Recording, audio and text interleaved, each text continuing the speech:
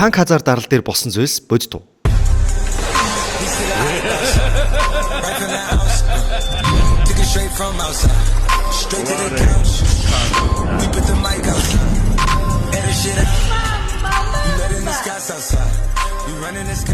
Бүгдд нь энэ удаагийн бичлэгийг үзэж байгаа өдрийн мэндийг хүргэж байна. Бидний сайн мэдих One Piece бол өнгөрсөнд болсон олон зүйлсийг дурдсан гэмээр үйл явдлуудыг харуулсан аниме лээ. Бидний энэ удаагийн ярих гэж буй сэдэв бол Punk Hazard болон MK Ultra буюу Америкийн нэгдсэн улсын тагнуулын төв газар буюу CIA 1950-ад оны үед хүүхдүүд болон эмэгтэйчүүд хөгшчүүд дээр хэрэгжүүлж байсан туршилтын талаар хүргэхээр бэлтлээ.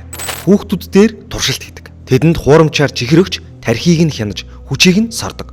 Энэ бол One Piece-ийн Punk Hazard дарал. Гэхдээ энэ 100% уран зөгнөл биш байж. Энэ бол бидний ертөнцид өмнө нь болж байсан бодит түүхийн хар бараан тойл.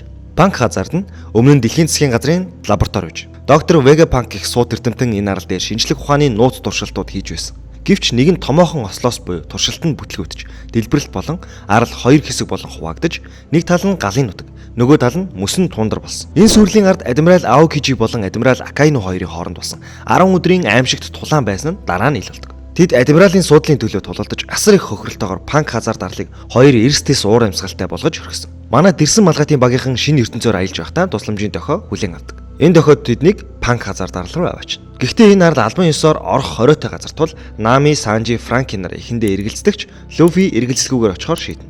Тэднийг очих үед арал дээр аимшигтай амьтад онцгой уур амьсгалтай тулгарна. Нэг хэсэг нь үүрд шатаж байгаа мэт галын нутаг, нөгөө хэсэг нь туйлын мөстэй хөлдөж хүмээр газар. Тэд тусгаарлагдсан. Хоёр хэсэг болж салдаг.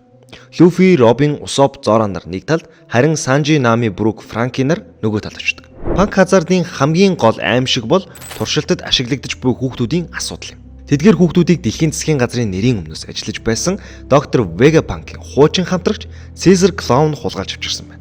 Caesar нь өөрийгөө шинжлэх ухааны баатар хэмээн өрөмжилдэг боловч үнэн хэрэгтээ харгис, ёс суртахуунгүй туршилт хийдэг эрдэмт.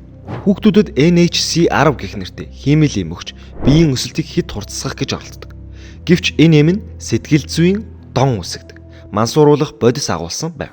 Хүүхдүүдийг өөрсдөө хүссэн юм шиг итгүүлэн туршилтад оролцуулж байжээ. Энэ нь бодит амьдрал дахь MK Ultra төслийг санагдуулах үс аимшигтай нөхцөл байдал байв.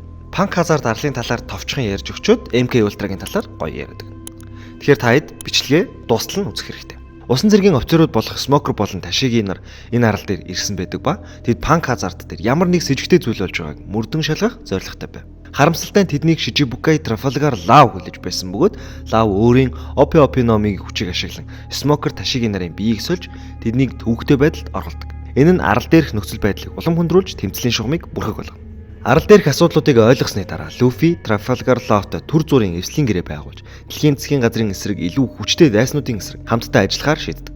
Law-ын зорилго бол нэг Yonko-г унгах төлөвлөгөө хэрэгжүүлж анхны алхмаа хийх байв. Law болон Luffy нар Caesar Clown-ыг барьж авах, түүний аюултай хиймэл зэвсэг Сайд болон Smiley нэртэй хиймэл амьтныг устгах төлөвлөгөөг хэрэгжүүлдэг. Smiley-ийн шатамхай хорт бодисоор бүтээгдсэн хиймийн зэвсэг байдаг бөгөөд Caesar үүнийг дэлхийн засгийн газарт худалдан борлуулдаг байж. Арал дээрх дараагийн гол антагонист бол Monet болон Vergo нар. Monet бол Caesar-ийн туслах бөгөөд харгис сэтгэлтэй эмэгтэй. Тэрээр Logia төрлийн цасан жимсний хүчийг ашигладаг. Vergo бол дэлхийн засгийн газрын тагнуулч боловч үнэн дээр Don Quixote Doflamingo-гийн гишүүн байсан. Тэрээр Smoker Tashigi нарыг бараг устгах төгсөн хүчрхэг дайсан байлаа. Vergo болон Caesar нарын жинхэнэ зорилго бол Punk Hazard дарлыг ашиглан хиймэл чөтгөрийн жимс үйлдвэрлэж, зэвсгийн 8 хийх, шин төрлийн зэвсэгт бүлэглэлүүдийг бий болгох байв.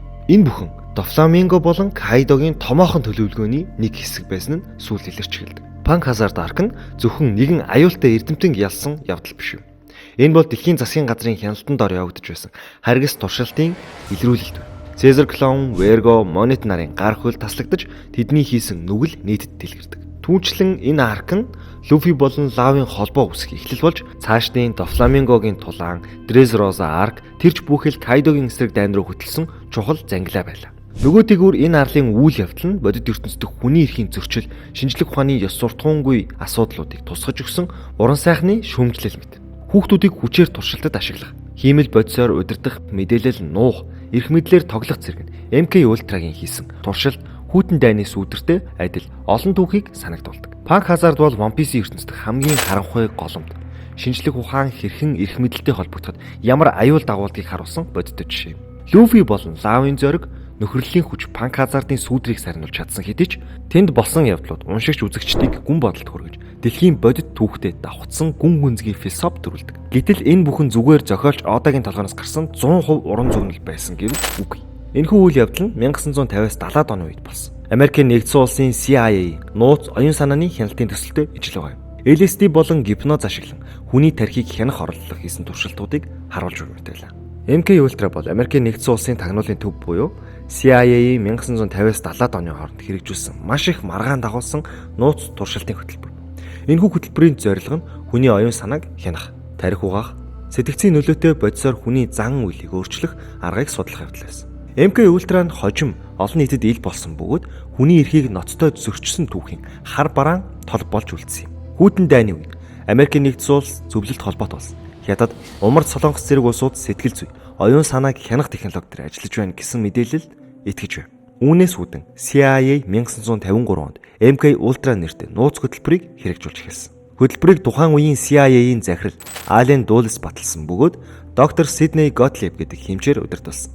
Зорилго нь хүнийг албадаж, үннийг хэлүүлэх, хувь хүний ухамсарыг эвдэж шинэ програмчлал хийх, алуурчин болгох, эсвэл тагнуулын сөрөг нөлөөг арилгах, хяналтгүй байдалд оруулах зэрэг хяналтын хэлбэрүүдийг хөгжүүлж байсан. Энэ мэтчлэн аимшигтай туршилтын аргуудаас та бүхэнд хэлэх юм бол MK Ultra-гийн хүрээнд хэрэгжүүлсэн туршилт маш олон хэлбэртэй байсан. LSD, псилоцибин зэрэг сэтгцэд нөлөөлөх бодис туршилт, гипноз ашиглах, мэдрэлийн эмгэг үүсгэгч, сэтгцийн эм хэрэгжилж хүний зан үйлийг өөрчлөх, цахилгаан, долгион, чимээ, гэрлийн флаш ашиглан оюун санааны хариу үйлдэл судлах, сэтгэл зүйн дарамт ганцаардуулах туршилт гэх мэт. Хамгийн харамсалтай нэгдүгээр туршилтыг олон тооны сайн дураар оролцоогүй иргэд сэтгцийн өвчнүүдэд цэргүүд дээр явуулдаг гэж. Энэ дундаас хамгийн шуугантай жишээнүүд гэх юм бол Франк Олсоны хэрэг. Америк нэгдсэн улсын армийн биологийн зэвсгийн эрдэмтэн Франк Олсонд LSD-г мэдэгдэлгүйгээр өгсөн ба үүний дараа тэр сэтгэл зүйн гүн хямралд орж 1953 онд зочид буудлын цонхоор үсэрч амиа алдсан. Түүнийг өөрийгөө хөнөөсөн гэх үү? Эсвэл тагнуулынхан устгасан гэх үү гэдэг асуудал өнөө хүртэл маргаантай. Канад дахь туршилт. Канадын сэтгцийн эмч доктор Эвен Камерон MK Ultra-гийн хүрээнд репрограмминг нэртэй туршилт хийж байсан. Тэрээр өвчтнүүдийг олон сарын турш унтуулах, дахин бичлэг сонсгох, цахилгаан цочрол өгөх зэрэг аргаар өөрчлөхийг оролцсон. Эдгээр нь тухайн хүний ой санамж, ухамсарт ноцтой хохирол учруулж тархинд гэмтэл өгч байсан юм. Гурав дахь нь хоригдлууд орон гэргүүчүүд дээр хийсэн туршилт. Зарим туршилтыг шоронгийн хоригдол хар тамхичид орон гэргүй хүмүүс дээр хийсэн байв. Тэднийг LSD-гийн нөлөөг судлах зорилгоор зориудаар мансууруулж байжээ. MK Ultra нь олон улсын болон Америкийн нэгдсэн улсын хууль тогтоомж, хүний эрхийн стандартуудыг ноцтой зөрчсөн. Оролцогчдын ихэнх нь судалгаанд оролцож байгаагаа мэдээгүй, зөвшөөрөл өгөөгүй байв. Судалгааны баримт бичвүүдийн ихэнхийг 1973 онд CIA устгасан тул үнэн бодитоор юу болж байсныг бүрэн тогтоох боломжгүй. 1970-ад оны дундуур Америкийн нэгдсэн улсын Конгрессийн Church Committee гэх тусгай хорооны шалгалтаар MK Ultra олон нийтэд ил болсон бөгөөд үүний дараа олон иргэн болон тэдний ар гэрийг шүүхэд нэхэмжлэл гаргасан бөгөөд зарим нь нөхөн олгоор авсан ч багахан хувь нь л байв. Туршилтын нийгэм соёл дах нөлөө. MK Ultra нь pop соёл, уран зохиол, кино, тоглоомын ертөнцид ихээхэн нөлөө үзүүлсэн. Жишээ нь гэх юм бол бидний үзэх дуртай Stranger Things, The Manchurian Candidate, The Bourne Identity зэрэг кино цувралууд MK Ultra-гаас санаа авсан гэж үздэг. Мөн олон хүн төрийн засаг Deep State буюу сүүдрийн засаглал түүний тархийг хянах технологи байгаа гэж итгэдэг болсон нь энэ хөтөлбөртэй шууд холбоотой.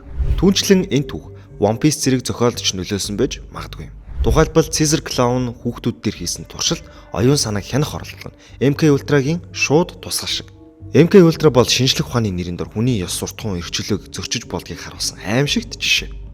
Олон хүний амьдралыг үгүй хийсэн энэ хөтөлбөр өнөөдөрч асуулт маргаан дагуулсаар байдаг. Үүнийг танин мэдэх нь бидэнд төр шинжлэх ухаан, эрх мэдлийн хязгаарыг ойлгож хянах шаардлагатайг сануулдаг.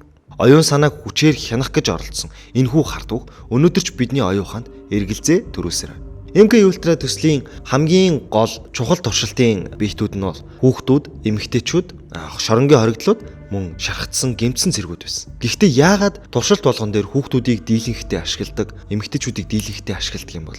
Хүүхдүүдийн хувьд гэх юм бол хүүхдийн тархинд насан турш хүнийхийг бодох юм бол илүү хөгжиж амжаагүй буюу програмчлахад хялбар гэж үздэг учраас хүүхдүүд дээр туршилт их хийгддэг байсан. MK Ultra-гийн хийж байсан төсөл шиг иймэрхүү төсөл одоо хүртэл байж болох боломжтой оршин байх үндслүүдийг та бүхэнд бас хэлж өгье. Тагнуулын байгууллагуудын нууц шинж. Тагнуулын байгууллагууд олон жилийн турш төсвийн тодорхой бус их усрүүдтэй. Олон шатлал бүхий classified төсөл хэрэгжүүлж ирсэн. Тиймээс ийм төрлийн хөтөлбөр дахин нууцаар явагдаж байгааг батлахгүй ч үгүйсгэхэд ч хэцүү. Шинжлэх ухаан технологи хөгжил. Орчин үед тархины толгойн нейро интерфейс, сэтгэл зүйн алгоритм зэргийг ашиглан хүний шийдвэрт нөлөөлөх боломж улам ихсэж байгаа. Тухайлбал хиймэл оюун ухаан, тархины суулгац гэх мэт нь хүний зан үйлд шууд нөлөөлөх шинэ суурь болж магадгүй л. Сошиал медиагийн алгоритм ба оюун санааны нөлөө. Хүмүүсийн мэдээлэл авах арга барилыг нууцаар удирдах, хандлагыг өөрчлөх оролдлого технологиос шалтгаалan илүү цэвэрхэн хэлбэрт орсон байж болно. Энэ нь MK Ultra-гийн шинэ үеийн илүү боловсронгуй хэлбэр гэж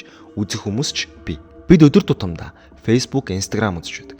Тэгвэл бидний Facebook, Instagram дээр ямарваа нэгэн мэдээллийг бид нарыг хүсэж байгаа мэтээр мэдрүүлэх боломжтой мэдээллүүдийг илгэх боломжтой. MK Ultra анхны хэлбэрээрээ байхгүй болсон байж болох ч хүний ухамсар мэдээлэлд нөлөөлөх оролдлогод өөр хэлбэрт буюу сошиал медиа, алгоритм, нейро судлалын шинжлэх ухаан зэрэг шилжсэн байж болзошгүй. Хүний оюун санааг хянах гэсэн зорилго өөрчлөгдөөгүй хэрэгжүүлэх арга хэлбэр нь илүү боловсронгуй технологид суурилсан байж болох. Энэ хүртэл сонсож бодлын тэнгист дарвуулан дэлгэсэн танд баярлалаа. Subscribe, like дарж биднийг дэмжээрэй.